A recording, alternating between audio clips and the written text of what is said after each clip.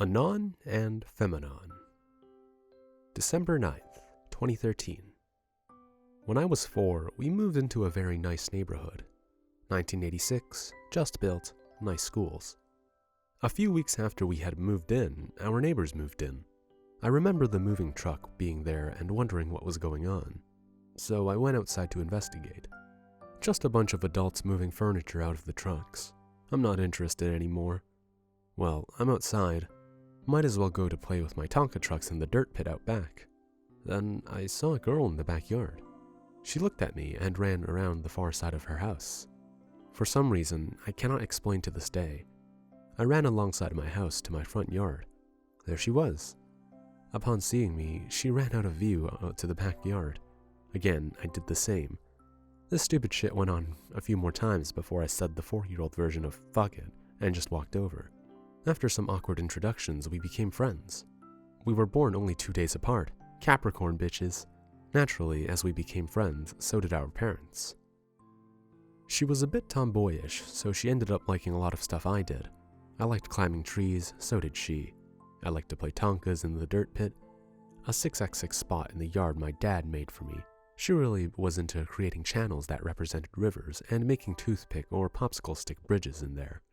So she usually ended up playing the role of foreman, and I drove the Tonka trucks around digging out her rivers. Naturally, we spent more time together than we did with friends of the same sex. I clearly remember at barbecues or just idle talk between our parents.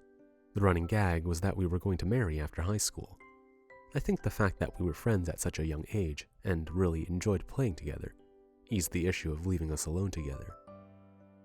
As we got older, the leash that tied us to the house was removed. Around 9, we discovered that over the hill behind our house existed a forest. Play in the woods was the common phrase.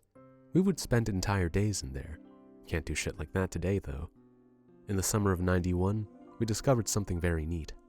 A clearing of about 2,000 square feet, with a large sycamore tree in the center. The floor was covered in ivy, not poison ivy.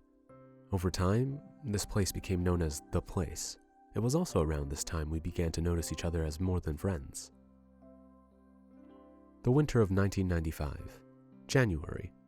It was now customary for our families to celebrate our birthdays together, generally on the day before hers and after mine. On her birthday, I brought her to the place. I remember that day clearly. The snowfall had covered the clearing, making the area look pristine. We walked to the tree in the center, and I gave her the first gift I could afford on my own. As dumb or as corny as it may seem, it was the first Calvin and Hobbes book. She was a huge Calvin and Hobbes fan. I was never good at thinking up thoughtful one-liners, so I just put "Happy 13th birthday, Femanon." I was given a hug as a thank you, and she sat up against the tree, and we began reading together. She was halfway through before the sun had set, and it was impossible to continue, but we did not leave. We continued to talk about 20 minutes before falling silent, her head on my shoulder, both of us just enjoying the moment. Then, out of the blue, "Anon, do you like me?" Yes, it was automatic and I gave it no thought. "I like you too." She looked up at me, and on a cold January night, under a tree in the middle of a forest, we had our first kiss. It seems that in some women, a crazy switch resides in them, and at an unknown point in their lives, that switch flips on. Such was the case with my mother. It started with yelling and arguing, then closet alcoholism soon. Men I had never met before started coming home with her when my dad was at work. This went on until the summer of 1996. That's when the term divorce became a regular part of my parents' vocabulary. It was very ugly, but in the end, my mother won custody of me and got the house and pretty much everything else. We started our sophomore year together, but after a month, I was told we were moving. My mom would not tell me where or give me an address, thinking I would give this info to my father, which he would get anyway through the courts, but at 16, I don't know how that shit works. I wanted to give Femanon that info so we could remain in contact. Remember, 1996, no Facebook. Internet was still foreign to us, knowing our time was fast approaching an end.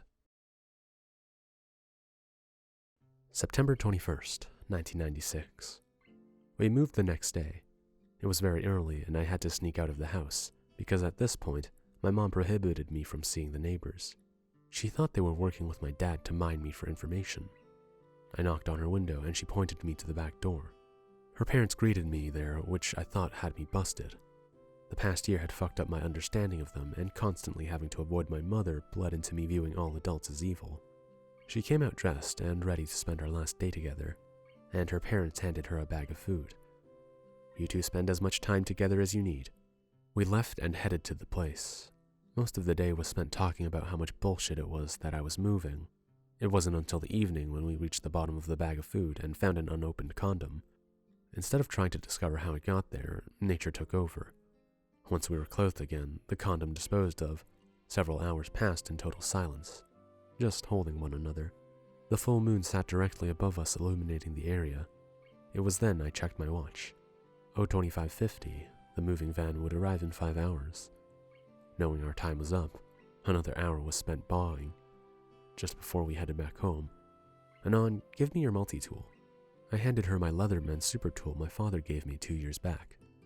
"Son, if you're going to spend that much time outdoors, you need a good tool," I remember him saying when I opened the gift. To this day, I always carry a Leatherman on me. She began to carve into the tree, the classic heart with initials. I carved my initials in. Carving into a tree is much harder than TV makes it appear. Now, we'll always be together. I spent a little over 2 years with my mother before she relinquished all custodial rights to my father and moved out of states. The past 2 years with her reduced my motivation to try and see femanon again to 0. At this point, I had written off the whole thing and continued on with my life. Besides, I now lived 200 miles away at 17. It was viewed as impossible. Also, the insane amount of prescription drugs she had me on for bullshit reasons helped with pushing it from my mind. I joined the Navy at 18, spent 6 years there, AS, went to school to get a BS in network admin, Linux, and begin my career. It wasn't until I was helping my father move into another house, spring of 2008, when my past came flooding back to me. There was a box in the basement labeled Anon school stuff. Why not? I had a few hours to spare for nostalgia. On top was a yearbook of my 5th grade year in elementary school. I began thumbing through it, recognizing names and faces when I got to my class and saw her. Over a decade worth of memories smashed into my brain all at once. With the book in hand, I ran upstairs, told my dad sorry, but there was something I had to do, and left. He later told me he knew exactly what happened when I rushed out of the house with that yearbook in hand. I drove 200 miles back to my old stomping grounds. The neighborhood looked unchanged, save for the trees being larger. I got to my old house and parked in the street. She had obviously moved too, since some people I'd never seen before were in the garage, wrenching on what appeared to be a 65 Shelby. Guess I'll start there. "Pardon me, Anons." They came out from under the hood. I explained myself, living next door, and asked how long they had been there. 8 years. Damn, I've been away for quite some time. I asked if I could cut through their yard to access the forest. Sure. Now, maybe I was younger and lacked any concept of distance, or maybe I just got lost, but Jesus fuck, that place was a lot farther than I remember. When I finally reached it, I stood at the edge of the ivy. The whole area looked like a time capsule. Nothing had changed. I proceeded toward the tree, and when I found the carving, I let out an audible, "No way." Someone had retouched the carving. It still looked as though it were carved within the past few months, and below it were tally marks that counted up to 12. 12! That's how many years since I moved.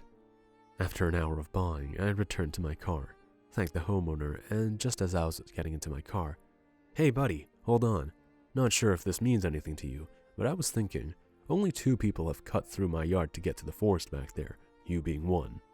Now, I don't know about the other one, but for the first 3 years I've been here, every early January I'd find footprints in the snow leading into and out of the woods. Thank you, sir. You've done more help than you could possibly understand." I returned early the next morning to help my father move and began my wait. Now, I had 3 dates to choose from: my birthday, the day after my birthday, and her birthday. To maximize my chances of being right, I started on my birthday. Now, I couldn't go back to Shelby Rebuild's house and ask to camp outside his house waiting. Besides, what he told me meant she no longer used his yard as access to the woods. The only other point of access was a park a mile away on the opposite side. The day before my birthday, I went to the park and checked the tree just as a dry run. Holy fuck, walking through a thick forest in the goddamn snow takes for fucking ever. And thank God for GPS. There was no way I could have found it starting from the park. I was fully committed to this.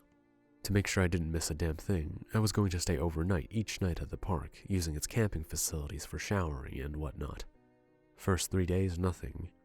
I was extremely bored, and by day 3, and was pretty much on the verge of saying fuck this noise as my patience had run out. And then, a car pulled up with a single female in it. She got out and walked into the woods. I was unable to confirm who it was because some fat fuck of an E was in my line of sight. All I knew was female in a woods, and like a creepy rapist, I followed. The snowfall was heavy. All I had to follow were her footsteps in the snow and the breaking of sticks ahead of me. Finally, I got to the place. Her back was turned to me. She was carving another tally mark into the tree.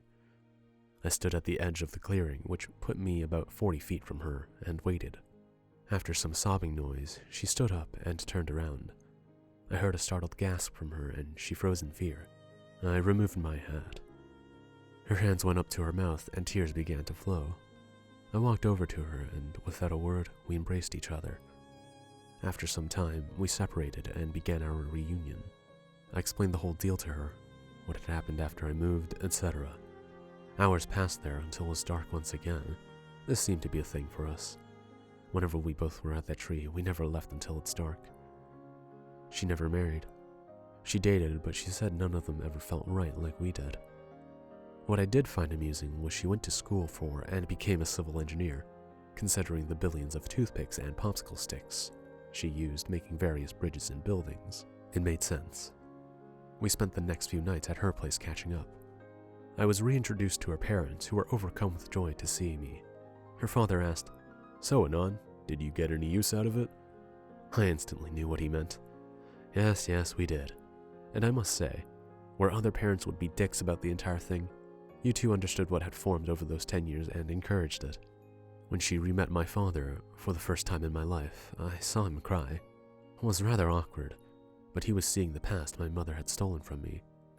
A few months later, I proposed to her, again at the tree. Where else would be appropriate at this point? For a brief moment, we thought of having the wedding at the place, but quickly realized the logistical nightmare of moving 20 to 50 well-dressed people through a mile of thick bush. However, the marriage was consummated under that tree. That fucking tree knows more about us than it probably knows about the whole goddamn forest by now. 12 months ago, she died to cancer. Shortly before she died, I was given a gift and given strict instruction to not open it until my birthday. Her ashes were, obviously, spread around the tree, and the wedding and engagement ring were fitted over a young branch. Over time, the branch will grow and absorb them. This year, my birthday, I sat at the kitchen table with the present in front of me, debating if I should even open it or leave it be. After several hours of mental wrestling, I opened it. Calvin and Hobbes. The book I gave her 18 years ago. I opened it up, and inside the front cover, "Happy 13th birthday, femanon." But taped to the top of the inside cover was a folded piece of paper. I opened it up to see the final panel of the final Calvin and Hobbes strip. She had altered the panel. "You gave me what I lost, Anon. Until we meet again."